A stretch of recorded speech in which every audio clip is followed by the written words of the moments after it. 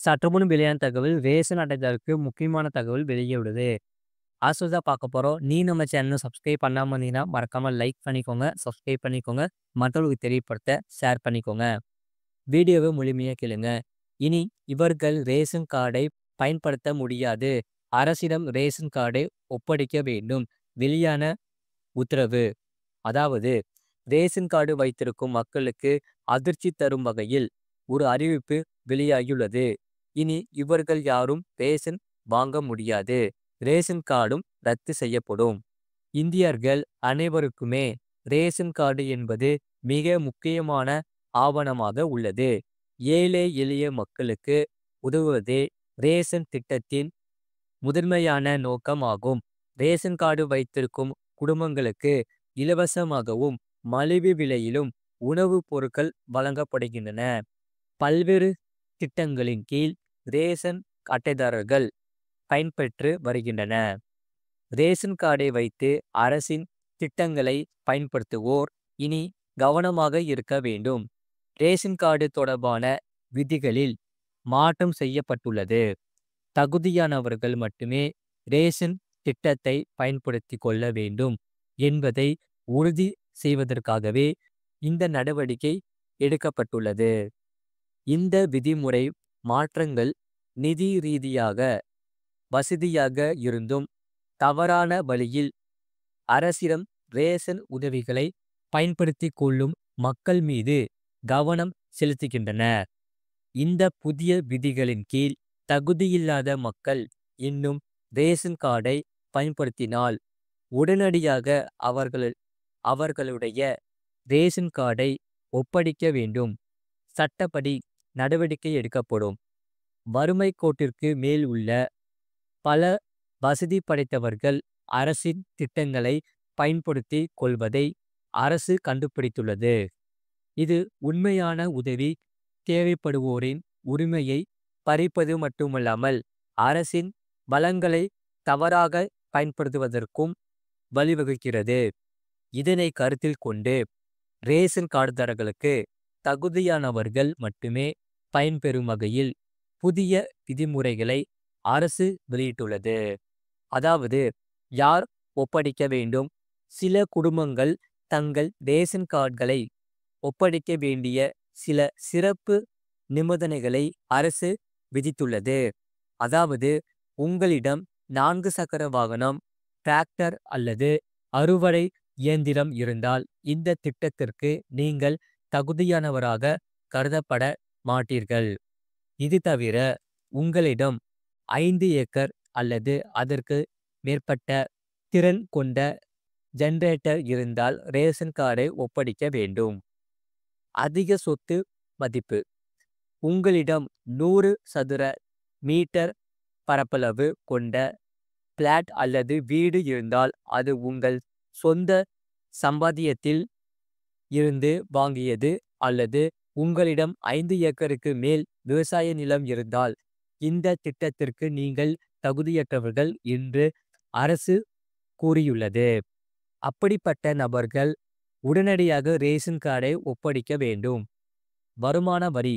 நீங்கள் வருமான வரி செலுத்தினாலோ அல்லது ஒன்றுக்கு மேற்பட்ட ஆயுத உரிமம் வைத்திருந்தாலோ நீங்கள் இந்த திட்டத்திற்கு தகுதியற்றவர் என்று அரசு கூறியுள்ளது.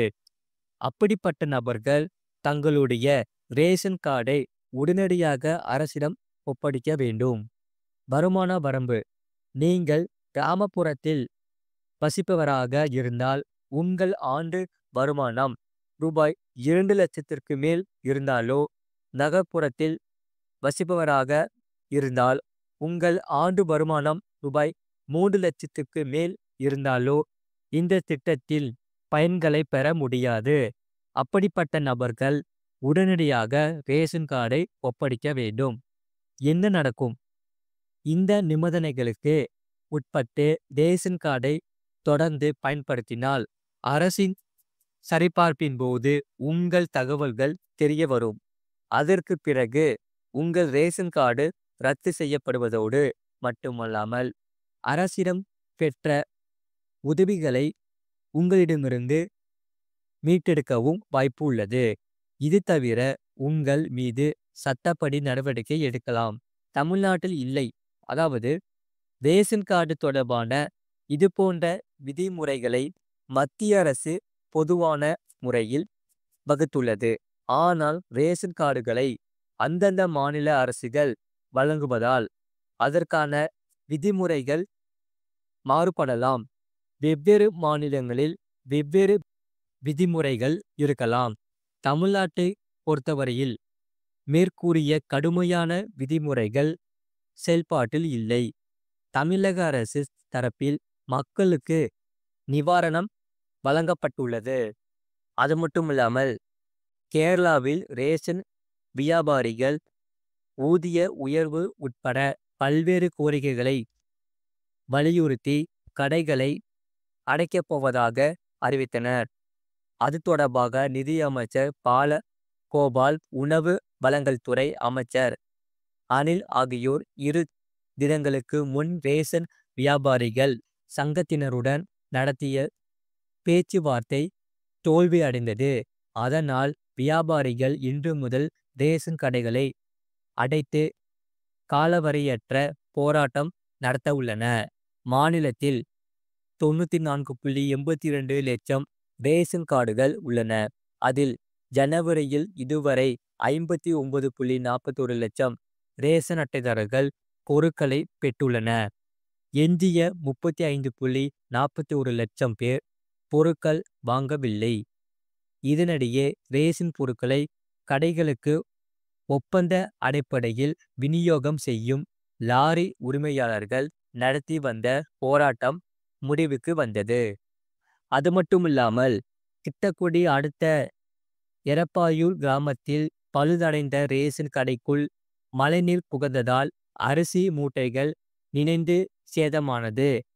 திட்டக்குடி அடுத்த எடப்பாயூர் கிராமத்தில் 350 ரேஷன் அட்டைதாரர்கள் உள்ளனர். இங்குள்ள ரேஷன் கடை கட்டணம் பழுதடைந்த நிலையில் உள்ளது. கடந்த சில தினங்களாக இப்பகுதியில் பெய்து வரும் மழை காரணமாக ரேஷன் கடைகளுக்குள் மழைநீர் புகுந்து உள்ளே வைக்கப்பட்டிருந்த 30க்கும் மேற்பட்ட அரிசி மூட்டைகள் நனைந்து சேதமானது. காலை மக்களுக்கு அரிசி போடுவதற்காக விற்பனையாளர் திறந்து பார்த்தபோது அரிசி மூட்டைகள் நனைந்து போனது தெரிந்தது. அரிசி மூட்டைகளை வெளியில் கொண்டு வந்து அரிசியை காய வைத்து பின்னர் பொதுமக்களுக்கு விநியோகம் செய்யப்பட்டது. இது குறித்து பொதுமக்கள் கூறுகையில், ரேஷன் கடை கட்டணம் மிகவும் பழமையானது.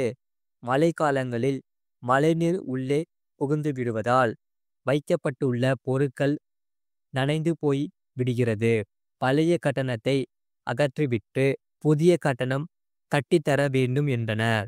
இது போன்ற செய்திகளை உடனுக்குடன் அறிந்து கொள்ள மறக்காம சேனலை சப்ஸ்கிரைப் செய்யுங்கள். மற்றவர்களுக்கு தெரியப்படுத்த ஷேர் செய்யுங்கள்.